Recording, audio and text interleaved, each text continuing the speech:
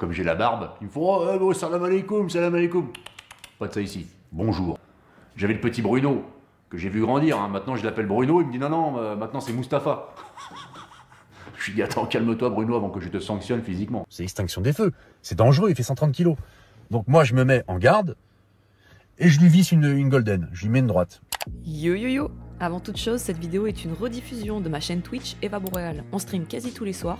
Alors si tu veux encore plus d'action et de fun, n'hésite pas à venir me follow sur Twitch et évidemment sur YouTube. Passe une bonne vidéo. Première actualité du jour et pas des moindres, Ragnar le Breton. Alors Ragnar le Breton a été condamné à 1 an de prison ferme pour violence après avoir tabassé un père de famille devant ses enfants. La victime a reçu 40 jours d'ITT, donc impossible de travailler pendant 40 jours. Coucou YouTube, il est parti à... du coup, pour 1 an de prison ferme, c'est quand même beaucoup. Alors Ragnar le Breton, pour ceux qui ne connaissent pas, on va aller chercher ensemble et je vais vous montrer. Il était assez drôle. Il jouait un peu un bof. Attendez, parce qu'il faisait des... Faut que je vous montre parce qu'en gros... Michel Venom. Aujourd'hui, on est avec un cas social notoire, traumatique. Voilà, Ragnar le Breton, c'est... Fumeur de pilon, fumeur de bambou, la frappe le sang, comme ils disent. Moi, j'ai une technique qui permet aux gens d'arrêter de fumer, qui est très efficace. Je vais vous la montrer, à appliquer à la maison. Tiens, petit bonhomme.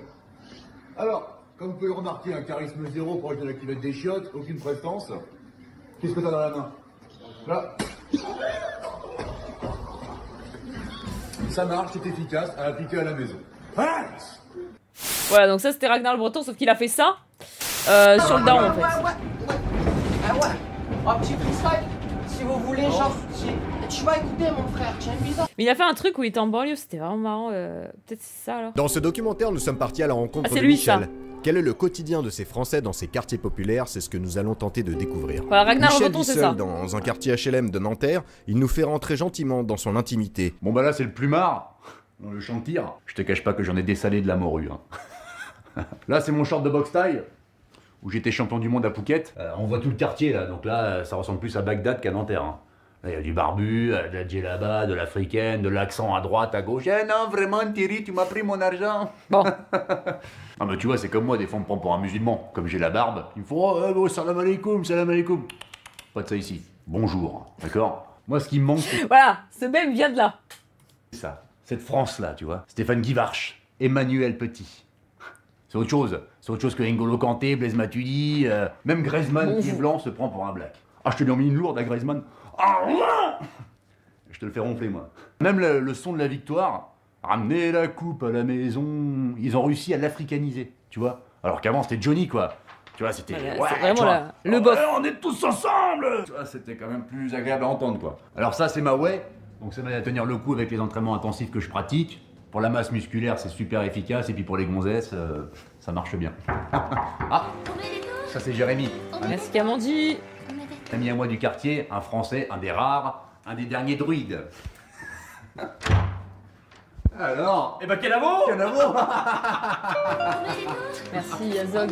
Tu vas bien? Et toi, t'as raison, les barbus ils ont vu que du feu. Hein. Je t'avais dit, hein. Ah bah Michel c'est un peu comme un grand frère, hein. On est plus que 2 dans le quartier de toute façon. Pas facile de tenir toujours, mais bon, on fait comme on peut. Les jeunes sont pas faciles hein, aujourd'hui, c'est les guerres, le halouf. Donc bon, on a trouvé des astuces pour passer un petit peu inaperçu quoi. Allez, va t'asseoir. Du rouge comme d'habitude. Avec plaisir Bakaï. Et salam alaikum.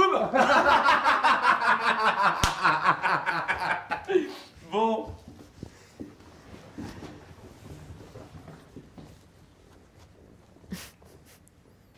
Bah, Jérémy, il faut parler franco, hein. Jérémy, c'est une lopette. Hein. C'est-à-dire, Jérémy, moi je l'ai trouvé, il se faisait tabasser par des gamins de 13 ans, il se faisait raqueter Black son Queen. iPhone, je l'ai appris à devenir un bonhomme. Alors, Jérémy, on fait comme d'hab, on répète. Donc, vous allez voir, c'est très efficace. Vous avez pas l'heure, s'il vous plaît? Vous avez pas l'heure s'il vous plaît? Si, là. Et là, ça marche bien. Pas facile pour Jérémy, mais c'est un bon gamin, hein. Parce que la plupart des Français dans le quartier, ils sont convertis à l'islam. J'avais le petit Bruno, que j'ai vu grandir, hein. Maintenant je l'appelle Bruno, il me dit non, maintenant c'est Mustapha. Je lui dis attends, calme-toi Bruno avant que je te sanctionne physiquement. C'est vrai que je me sens pas chez moi, quoi. Je me sens plus chez moi, tu vois. Quand je descends à l'épicerie ou à la boulangerie, c'est limite, je paye en francs CFA ou en dirham, quoi, tu vois. J'ai des amis noirs, hein. J'ai un ami sénégalais, Mamadou, J'ai quoi? J'ai un Algérien aussi. Lui, dès que c'est le ramadan, il me ramène des gâteaux sucrés de chez sucrés. Tu te manges, tu te transformes en abeille, hein, je te le dis. Mais alors que pensent les habitants du quartier de Michel? Nous avons posé la question à Bilal, jeune figure emblématique du quartier. Bah nous, Michel, tu vois, nous, on le kiffe en vrai. Hein. T'as vu, on le connaît depuis des années. Bon, après, voilà, c'est un personnage, tu vois. Il a des histoires où il raconte qu'il a couché v'là les mecs, mais en vrai, nous, moi, perso, je l'ai vu que se faire coucher. Un jour, il s'est fait coucher par une meuf, tu vois. Il fait partie du quartier. Tu sais, quand il y a le ramadan, par exemple, bah, on lui offre des gâteaux, des fois, il vient manger à la maison. Des fois, il fait un peu le malin, mais on est obligé de le remettre à sa place. Mais gentiment, tu vois, tranquille. C'est juste une carapace, tu vois, le personnage qui se donne et tout. En tout cas, moi, c'est ce que je pense, tu vois. Là, je vais vous présenter des jeunes du quartier qui sont des gentils garçons. Il y a un peu de cassos dedans dans le groupe, mais c'est pas méchant. Allez, venez. Vous allez voir, ils sont mignons comme tout. Il y a un peu de tout, hein, du maghrébin, l'africain, c'est... Oh, Michel! Comment ça va, les garçons? Il est là, Michel. Comment ça va, toi? Canaille, hein? Attention les casquettes, toi. Comment ça va? Tranquille, ça va quoi, Michel? Ouais. Ah, Nengaref, Sénégal, Mango Froc. Comment ça va? quoi? Bilal, donc marocain. Je connais son frère qui était un cas social notoire, voleur de bagnole, enfin la totale, t'as compris. Lui, il s'est mis dans la boxe. Je lui ai tout appris. Fais voir ce que tu sais faire. Là, je suis là. Tu vois, non, alors là déjà, c'est de la merde. Tu vois, là. Là, comme Là, ça. voilà, t'es plus efficace. Et là, ça passe pas. Ok. Ça rentre là, ça sort là. Ils sont incroyables. Putain, t'es le meilleur. À tout à l'heure. Hein, C'est Caroline. bon bah là tu vois les bâtiments, la mairie ne fait rien pour les gamins. Donc à un moment donné, bon, et c'est vrai qu'ils font de la motocross, qui cassent un peu les burnes, mais c'est pas des mauvais gamins. La mairie les laisse complètement à l'abandon. Ah Michel. Oui. S'il te plaît. Fais-nous un rap. S'il te plaît. Lâche-nous un petit freestyle. Un petit freestyle, comme tu y vas. Vas-y, chauffe-toi, fais-nous un petit freestyle là, lourd. Bon, ok, c'est parti. Ok. J'en ai marre des rayons halal à Carrefour. Je suis bon aux yeux bleus, je peux reprendre le four. Je suis gentil, mais attention, je pars au quart de tour. J'en ai marre de l'AID qui pour, de l'AID qui pour. Sale. Ah ouais, comment ça t'en as marre de l'Aïd, wesh? C'est un peu raciste. Ouais, c'est un peu raciste, Michel, wesh. Non, l'AID, non, j'aime bien les gâteaux, c'est un peu sucré, mais j'aime bien. Même qui pour, frérot. Non, qui pour, tout ça, non. On est tous ensemble, mon ref, on est tous ensemble, Michel, wesh. Des fois, tu vas un peu trop loin. Tu vois ou pas? Ah, c'est vrai, les gars. Bon, les gars, Mon gars, Michel, fais attention à toi. c'est moi qui t'ai tout appris, hein. N'oublie jamais ça. Et casse ta démarche. Hein. Ouais. Allez, salut. Ah, c'est le meilleur, Michel. Il est trop fort. Pas facile pour Michel de vivre dans ces conditions, nous avons tout de même espoir que la situation s'arrange un jour. Dans le prochain épisode, nous... Voilà. Donc en gros, ça c'est Ragnar le Breton qui joue un peu un bof, vous avez compris, bof vieille France, etc. Et souvent il joue ça, et d'ailleurs il s'était fait épingler parce que il était passé je crois sur Quotidien, une mère du style. Et en gros, il avait dit que lui, il était pas... Enfin, que les gens le pensaient raciste et qu'il était en mode « Ragnar... Enfin, en gros, les gens le pensaient d'extrême droite, etc. à cause de ses sketchs. Et lui, il disait « Bah non, c'est juste des sketchs, quoi. » Pas du tout. C'est juste des vannes. Et en fait, du coup, les gens étaient là « Ah, quoi, il nous trahit ?» Enfin, bref. Gauchiste de merde, finalement. Ça me fume parce que... Voilà, quoi. Et donc voilà, bon bref, en gros c'est ça, Ragnar le Breton, il a fait d'autres sketchs, il a fait d'autres trucs, il est devenu youtubeur, bon bref, il vit de ça quoi. Alors c'est tout le contraire, MDR, le mec c'est un pro ultra gauchiste. Ouais, c'est ce que je viens de dire Aliaous. Justement. Et ne pas comprendre le second degré, que ce soit d'un bord ou de l'autre épisode. Ah oui, mais c'est ça en fait. Parce qu'en fait c'est comme l'humour à l'OS 117, tu vois, où c'est fait exprès. Bon. J'avais écrit mon message parce que là, t'inquiète. Bref, voilà. Et donc, du coup, ce qui s'est passé, c'est que là, il va nous raconter ce qui s'est passé avec son altercation. Et on va voir un peu. Parce que du coup, par contre, il prend un an de prison ferme, mais c'est assez hard. Donc, il va nous raconter, lui, son point de vue. Comment ça se fait que le mec, il s'est retrouvé avec 40 jours d'IDT, quoi. Salut à tous. Salut, Matrix. Je vous fais une petite vidéo, bon, un peu... Petite vidéo. Des choses pour revenir sur les faits qui sont déroulés il y a quelques mois à Passy-sur-Eure, l'histoire de la bagarre. Avant de commencer la vidéo, je tiens à présenter mes excuses au tribunal d'Évreux et à la justice française parce que je t'ai convoqué aujourd'hui. Et c'est une faute d'inattention. Moi, j'étais persuadé que c'était mercredi 25. Je l'ai mis sur mon frigo, dans mon calendrier, dans mon téléphone. Donc, c'est une faute d'inattention. Et je m'excuse par rapport à ça. C'était pas une volonté de ma part. Donc, je m'excuse auprès de la justice. Bon, par déjà, rapport il n'y à est ça. pas allé. J'étais pas en fuite, Il s'est j'étais à trompé. Évreux. Je vais revenir sur les faits qui me sont reprochés parce que je suis un personnage entre guillemets public et que c'est une affaire qui est publique. Donc, je vous donne des explications et je vais vous donner ma version des faits. Parce que je ne vais pas me laisser salir la gueule comme ça dans tous les médias sans rien dire. Je suis parti il y a quelques mois au match de foot de mon fils, à Passy-sur-Eure. Je lui avais pas dit que je venais, donc moi je m'étais vraiment mis très loin pour pas qu'il voit que je suis là. Donc je m'étais mis vraiment très excentré du terrain de foot, je m'étais mis au niveau du parking. Pour vous dire à quel point j'étais loin, même les parents des enfants de ma propre équipe de foot n'ont pas vu que j'étais là. Donc c'est pour vous dire, j'étais vraiment très excentré. Je sais pas, Immémorial, je sais pas. Donc j'étais sur le parking. Et en fait je suis sur le parking comme ça, puis à un moment donné, hop, je suis debout et je m'adosse comme ça, je m'appuie légèrement sur le feu arrière d'une voiture. Je m'adosse comme ça. Et là j'entends waouh! J'entends un mec qui crie comme ça. Je dis ouf! Je regarde d'où ça vient et en fait ça venait de la voiture. Et je vois la fenêtre côté passager qui est un peu entrouverte. Donc je m'approche comme ça, doucement et tout. Et là le mec il me regarde, fait putain tu m'as réveillé, je faisais la sieste là, putain! Il y avait déjà un casier? Je dis oh putain Ah merde! Ouais. Et je vois le gars qui était un petit pet de peau avec des cheveux longs et une barbe, on était en pleine période de ramadan. Je me dis ça se trouve, c'est un musulman, un rebeu qui fait le ramadan, qui est fatigué, qui fait la sieste. Donc je lui dis putain excuse-moi frérot, tu fais le ramadan, en plus tu dois être fatigué, je suis désolé. Bon, il s'est avéré plus tard que c'est un antillais, enfin c'est un mec des îles. Donc il faisait pas du tout le ramadan, hein, c'est pas du tout l'ambiance au niveau des dom-toms. Et là il me regarde, il fait vas-y, casse-toi. Ah, Je dis putain là, putain il va fort quand même. Mais tu sais, je voyais qu'il était ronchon, tu sais, c'est une tête du matin, tu sais, la tête quand t'es un peu ronchon là. Donc j'y vais quand même avec la bonne intention. Je me dis, ah, je viens de le réveiller et tout, il est un peu ronchon. Donc je vais côté conducteur et je vais le voir et je lui dis, ah, frérot, excuse-moi, on va pas s'embrouiller pour une voiture, je suis désolé, tu vois. Il me dit, vas-y, casse-toi, je vais te faire une dinguerie là. Pourquoi tu touches la voiture? Mais ouais, je comprends pas. Ça, c'est un move d'homme de rester. Genre, juste, tu dis pardon, tu dis ouais, bon, my bad, et tu vois, le mec s'excite, tu fais allez, vas-y. Et tu pars, tu vois. Pourquoi tu repars Pourquoi tu touches la voiture? Non, c'est un move de con. Bah ouais. Tu sais, là, je dis, putain, là, il commence à être lourd le sac à dos là. Je dis, ça va, frérot, je t'ai adossé sur ton feu arrière, je t'ai pas non plus posé une pêche sur le pare-brise, tout va bien, tu vois. Enfin, je vois pas où il y a le problème en fait, c'est pas grave quoi. Une agressivité même dans le regard, les paroles, c'est une des premières fois que je suis confronté. Mais quand tu vois que le gars en face est con, bah juste, je sais pas, tu lui donnes pas l'heure, tu te casses, c'est bon, tu vois qu'il c'est un débile. Parce que je pense qu'effectivement, par ego, il a voulu, tu sais, lui dire, oh, par contre, tu te calmes. C'était à ça pour une raison aussi futile quoi. Je lui dis, mais attends, mais c'est ridicule. Je lui dis, mais tu veux vraiment qu'on s'embrouille pour une voiture? Il me dit, vas-y, casse-toi, tu vas voir, vas-y, casse-toi. Et tout petit, il commence à m'insulter. Bon, moi, du coup, évidemment, j'insulte. Donc, je lui dis, va te faire enculer. Lui, il me dit, va te faire enculer. Ça monte un peu dans les tours. Je suis désolé pour les gros mots, mais je vous dis la vraie histoire. Commence à insulter. Je lui dis, écoute, frérot, là, t'es pas ouvert au dialogue, tu m'insultes, t'es machin, t'es belliqueux. Je lui dis, à un moment donné, bon, si t'as un problème, tu sors de la voiture, on se bagarre, on est des hommes, quoi. Si t'as un problème, on va s'expliquer, quoi. Bah voilà, ça, déjà, c'est le. Tu vas voir ce qu'on va te faire. Puis, il avait la fenêtre un peu. Genre, même, si t'as un problème, viens, tu sors et on s'explique. Mais gros. Non. Bah non, en fait. Juste, tu calmes le jeu. Pourquoi tu l'engraines? Tu vois que c'est un con, genre. Entrouverte, pareil, il sera Au bagarre, bâton! proche du carreau, il gaze et tout. Il a eu raison, ah bah ouais, bah, du coup, il a fini en prison parce qu'il est débile. Mais je lui dis, mais sors de la voiture, c'était un problème. Là, il commence à s'exciter dans sa voiture, il s'excite, toi, quand je me rapproche du carreau. Il ouvre la porte, bam, il ouvre la porte, comme ça. Il sort vite de la voiture. Il sort de la voiture, gros coup, comme ça, costaud. Je dis, oh là là. Il sort de la voiture, je dis, il sort, boum, il m'attrape le cou, comme ça. Tout de suite, il sort vite, agressif, et il m'attrape le cou, comme ça. Ah ouais, mais si t'étais parti, on n'en serait pas là, mais bon. D'ailleurs, j'avais fait constater chez les policiers qu'ils avaient pris en photo. J'avais plein de griffures dans le cou, j'ai saigné de l'oreille parce qu'il m'a griffé comme ça dès qu'il est sorti. À partir du moment où il m'agresse verbalement, il m'agresse physiquement, c'est l'ouverture du bal. Donc moi, qu'est-ce que je fais? J'envoie quelques pralines forcément pour me défendre, tu vois, c'est de l'autodéfense. Donc j'envoie une golden, deux golden, on se bagarre et tout, il tombe dans la voiture. Quand il tombe, d'ailleurs, il me met un chassé dans le genou au niveau du ménisque gauche que j'ai fait constater chez le médecin parce que j'ai pris des ITT moi aussi. Hein. Il m'a blessé le genou. Et moi, je le maintiens et tout dans la voiture, mais comme il était un peu costaud, son corps appuyait sur le klaxon, comme ça là. Ça appuyait sur le klaxon. Et ça commence à faire du boucan, parce qu'on était loin, mais tu sais, avec le bruit de klaxon, toi, les gens, ça commence à un peu attirer l'attention. Et je vois qu'il y a les enfants tout au loin et tout, je dis, oh là là. Ouais, les parents et tout, c'est vrai qu'il fait du sport de combat en plus. Attendez, la partie 2. Dans l'article, je le maintiens comme ça. Je lui dis, écoute, il y a des enfants.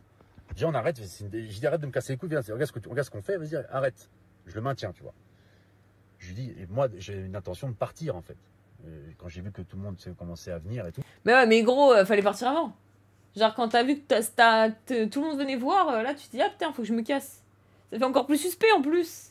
Ça commençait à rameuter des gens, je me dis, il faut partir, c'est un scandale, tu vois. Donc je lui dis, on arrête. Je le lâche, parce que moi, je voulais repartir à mon véhicule pour partir. Il sort de la voiture. Je dis, oula. Il arrive, gros coup, costaud et tout. Et il essaie de me frapper. Moi, je recule. Il essaie de me frapper. Il essaie de me mettre deux droites comme ça. Il y en a une qui passe là et la deuxième qui vient frapper là. Mais je me dis, si je me la prends, c'est extinction des feux. C'est dangereux, il fait 130 kilos. Donc moi, je me mets en garde et je lui visse une golden. Je lui mets une droite. Et là, il tombe KO. Et c'est là qu'il se fait que les ITT ont augmenté parce qu'en fait, quand il a pris le KO, ses genoux ont lâché. Comme il est un tout petit peu en surpoids, Je suis désolé, hein, frérot, mais les genoux ont lâché, tac, il est tombé KO et puis il s'est fait mal aux genoux en tombant KO. Enfin, tu as mis une droite, il est tombé KO, frère, hein. En fait, je sais pas, c'est trop nul. Comme move, c'est vraiment te foutre dans la merde pour rien, juste par ego de con, quoi. Genre, je veux dire, en plus, tu fais des sports de combat, donc tu sais un minimum. Le mec, tu vois qu'il est gros, déjà, c'est toi qui es en tort. Parce que de base, t'avais pas à t'adosser, t'as pas fait exprès, mais ça arrive de pas faire exprès. Mais tu t'adosses sur une voiture qui est pas à toi, t'as pas fait exprès. Bon, le mec, il gueule comme un gros débile. Bon, bah, c'est un gros débile, il est pas cool. Mais tu dis juste, ouais, bah, pardon, désolé, tu te casses. Et là, pourquoi fallait venir le provoquer en mode, ah ouais, mais on aurait pu se calmer. Ouais, mais bon, je sais pas. Moi, je vois qu'il tombe comme ça, je vois tout le monde qui arrive, je dis, oh là là, le cauchemar. Donc, qu'est-ce que je fais? Salut, Cura. Je pars à ma voiture et je pars, en fait. Parce que je me dis, les gens vont prendre des photos, vont filmer. Je prends ma voiture et je vais au commissariat de Passy. Et en plus, ça fait un peu d'élite fuite, quoi. Le mec, il tombe et KO, etc. Il voit tout le monde arriver, du coup, il va vite prendre sa voiture pour se casser, pour aller au commissariat. Bon. Pour leur expliquer ma version des faits. Donc, je suis parti. 20 minutes après, j'étais au commissariat. J'ai fait constater mes griffures, je leur ai raconté ma version des faits et tout ça. Mais c'est là, moi, dans cette situation, pour être très honnête, c'est de la légitime défense. Moi, il me fait passer pour un déséquilibré. Il est en train de dire dans les articles qu'il s'est mis à genoux, qu'il m'a supplié d'arrêter de le frapper, que moi j'étais là, j'étais, oh non, tu mérites ta bourre. Tu vois, à un moment donné, il faut arrêter les conneries. Donc moi, je vais arriver gratuitement. Moi, je pense qu'il avait l'avantage, mais qu'il s'est trop laissé emporter par pas l'euphorie, mais la dopamine du truc et de la bagarre, ça lui a eu, et qu'il a même pas capté, et que du coup, il lui a pété la gueule, quoi. Mais je pense pas que l'autre l'ait supplié et tout, mais je pense que vraiment, il avait trop l'avantage. Et par ego, le mec, il a jamais voulu lâcher, maintenant il se retrouve dans la merde. Il a dit oui, je lui ai demandé gentiment de quitter mon feu arrière parce que je faisais la sieste, et là d'un coup il a pété les plombs, il m'a sorti de la voiture, il m'a frappé. Donc moi je suis un déséquilibré, moi. Moi je suis un déséquilibré. Je suis pas connu pour faire psychiatrique, hein. Je suis très équilibré dans ma vie. Hein. Ah bon, ça va alors? Et là les gens disent, ouais, un père de famille, mais je suis père de famille moi aussi. J'ai mon fils qui était à 100 mètres. C'est toi qui m'as agressé verbalement, c'est toi qui es sorti de la voiture, c'est toi qui m'as agrippé. Oui, enfin, c'est toi qui lui as dit, bah viens. C'est toi qui lui as dit, bah viens si t'oses. Là, je suis désolée, mais vous êtes deux golemons, hein. Sauf que le problème, c'est que toi, t'as mis KO à l'autre, quoi. Tandis que toi, bon, tu t'es fait griffer et tout, mais... C'est toi, quand j'ai voulu calmer les jeux, que tu es revenu vers moi, t'as essayé de me mettre 2 coups de poing dans le visage. Après, c'est une bagarre d'homme. Tu vois, t'es tombé par terre, moi je me suis Bonjour. Je suis parti. Merci, Autier. C'est une bagarre d'homme, mais que tu as provoqué par ton agressivité et ta mauvaise attitude. Maintenant, les gens disent, oui, dans les articles, il y a un expert en sport de combat. Je suis pas un expert en sport de combat, je suis nul. J'ai fait 8 mois de MMA, j'ai fait un faux combat en Suisse. Non, mais ça, t'as toujours plus qu'un mec qui s'est jamais battu de sa vie, en fait. Ça, pareil, non-argument. Salut, Cash. Ouais, mais j'ai fait que 8 mois de sport de combat et j'ai fait que un faux combat ou quelques combats d'entraînement. Oui, d'accord, mais tu sais ce que c'est, quoi. Tu t'es déjà battu, t'as traîné avec des gens qui l'ont fait. Ou même un combat organisé, j'ai réussi à me blesser à la carotide. Je suis pas bon, je sais me défendre, voilà, comme tout le monde, en fait. Mais je suis pas un spécialiste des sports de combat, faut arrêter les conneries. Donc en fait, c'est... Aujourd'hui, tu te fais agresser verbalement, physiquement, il faut pas te défendre. Et quand tu te défends, tu te fais passer pour un monstre, regardez ce qu'il a fait devant les enfants et tout. Mais c'est pas moi qui ai créé cette situation-là. Vraiment, c'est pas moi qui ai créé cette situation-là. C'est regrettable. Il fait surtout 2m10 et 110 kg, ça aide pas. Non mais voilà, en plus, je sais pas, c'est idiot. Putain, mais c'est niquer ta carrière pour de la merde. En plus, il avait déjà un casier judiciaire. Tu fais 2 mètres, 110 kg. T'as quand même des notions de muscu, machin, de sport de combat, même s'il dit que non, mais t'as quand même 8 mois dans les dents et tout. Pourquoi tu vas chercher la merde, genre? Pourquoi? Ah oui, bah c'est sûr, Guillaume. Après, un an pour ça, ça me semble exagéré. Après, on n'a pas vu la gueule du mec en face. Dans le mec en face, il a fait une Marie Trintignant, bon. Je pense pas, hein, mais... ça va pas niquer sa carrière. Bah ouais, mais peut-être qu'il sera plus invité parce qu'il essayait quand même pas mal de faire des plateaux télé, des trucs comme ça. Donc, parce que la violence, c'est vraiment la dernière des solutions. Et je suis désolé, mais il y a des situations, des fois, où tu peux pas faire autrement. Comment je fais? Le mec qui fait 130 kilos, il est là, il m'agresse, il essaie de me frapper. Il dit, les gars, je suis obligé de... À un moment... Après, j'avoue, il est pas venu. Ça, c'est move de con. Si, je sais pas, t'es convoqué... Ah, je pensais que c'était ce jour-ci, mais mec, t'es convoqué pour un truc grave, viens, I beg, je sais pas, note-toi ça. Donner Quand tu peux oublier. C'est pas la solution. Je suis désolé, parce que c'est pas une bonne image, mais il faut pas me faire passer pour un fou. Je suis pas fou, je suis père de famille moi aussi. Et si on... Bon, alors je suis pas fou, je suis père de famille moi aussi, ça... C'est pas antinomique, hein, tu peux être fou et père de famille, hein, mais bon, ok. Mais oui, mais c'est ça, Stark, en plus, tout ça aurait été évité, il aurait évité une grosse shitstorm si juste, bah, il aurait fait « Ah ouais, désolé ». Et le mec, il serait excité tout seul, il serait passé pour un con, et tant pis, tu vois. On pouvait l'éviter, je l'éviterais, tu vois. Mais on peut pas insulter les gens gratuitement comme il fait, enfin, tu vois, c'est bizarre, quoi. Voilà. Donc moi, c'est vraiment mon ressenti. C'est la vraie histoire que je vous raconte. Je suis pas là pour vous raconter des pipeaux. Hein. J'ai raconté cette version-là aux policiers. Vous pouvez demander si vous voulez vous renseigner et tout ça. Et c'est la même version que je sortirai au tribunal quand je ferai appel. Donc je m'excuse encore une fois auprès de la justice française de ne pas être venu aujourd'hui au tribunal. C'est une faute d'inattention. Je m'excuse auprès des gens qui me suivent d'avoir réagi comme ça. Mais c'est une bagarre d'hommes entre deux hommes. Ça arrive malheureusement. C'est triste. Ça arrive malheureusement. Si un jour on peut se faire une poignée de main, lui et moi, et Oui, puis réparer les choses, ça serait avec grand plaisir parce que moi j'ai pas de rancœur dans le cœur, mais il faut que chacun mette ses torts. Bonne soirée à tous et encore une fois désolé pour ce mauvais épisode. Bisous, faites attention à vous. Okay. Voilà, donc en vrai, résumé, c'est une bagarre d'homme, moi je voulais faire la bagarre et voilà. Alors bon, en vrai, le début de l'histoire, c'est quand même qu'il est en tort. Il s'est accoudé sur une voiture qui n'est pas à lui. Bon, c'est rien, c'est pas grave, mais il s'est accoudé. Le mec a pris la mouche. Oh. Le mec a pris la mouche, peut-être qu'il a trop pris la mouche, il a trop exagéré par rapport à ce que c'est. Mais lui, au lieu de partir et de calmer le jeu, bon, il est quand même venu le voir en lui disant « Ah ouais, non, si t'es pas content, bah vas-y, sors de la voiture et viens te battre, quoi. » Bon. Voilà. En plus, il est pas venu. Là, quand il s'est fait juger. Bon, comment tu peux oublier ça, j'en sais rien. Mais voilà. Après, ça mérite pas la prison. Pour moi, effectivement, c'est juste une bagarre de con. Mais ceci dit, il faut voir comment il a amoché l'autre gars. Hein. Parce qu'il s'il est tombé dans les pommes, l'autre, quand même. Hein.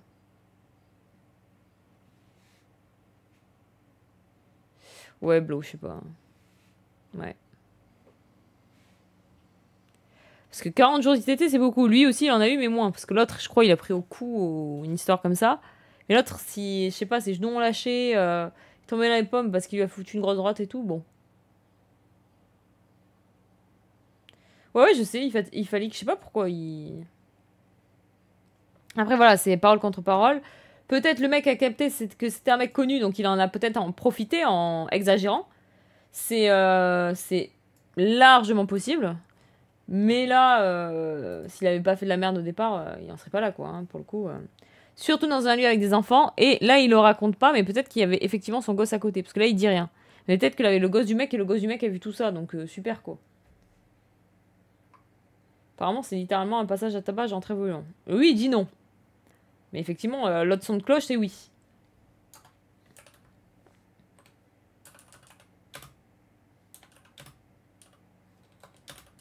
Donc, je sais pas. Tout ça pour dire que quand même... Truc d'homme Ouga Bougatia. Vraiment... Triste à voir, Imo. Mais bon, c'est juste baobab. Vrai homme se emporte. Aïe, aïe, aïe, arrêtez. Mais dans le doute, ouais, l'autre aurait dû prendre aussi. Mais après, ça dépend, encore une fois, comment il a amoché. Hein. Mais oui, je suis d'accord. S'il avait voulu éviter le combat, il aurait pu. Donc, il est quand même beaucoup plus en tort que l'autre mec. Imo. Voilà pour Agnar le Breton. Donc, est-ce qu'on aura encore du fun avec lui? J'en sais rien, vu que là, voilà, il va faire appel, etc. Il y aura peut-être... Oh, je suis désolée, avec la chaleur, je suis cuite. Il y aura peut-être rien du tout, hein. Mais voilà.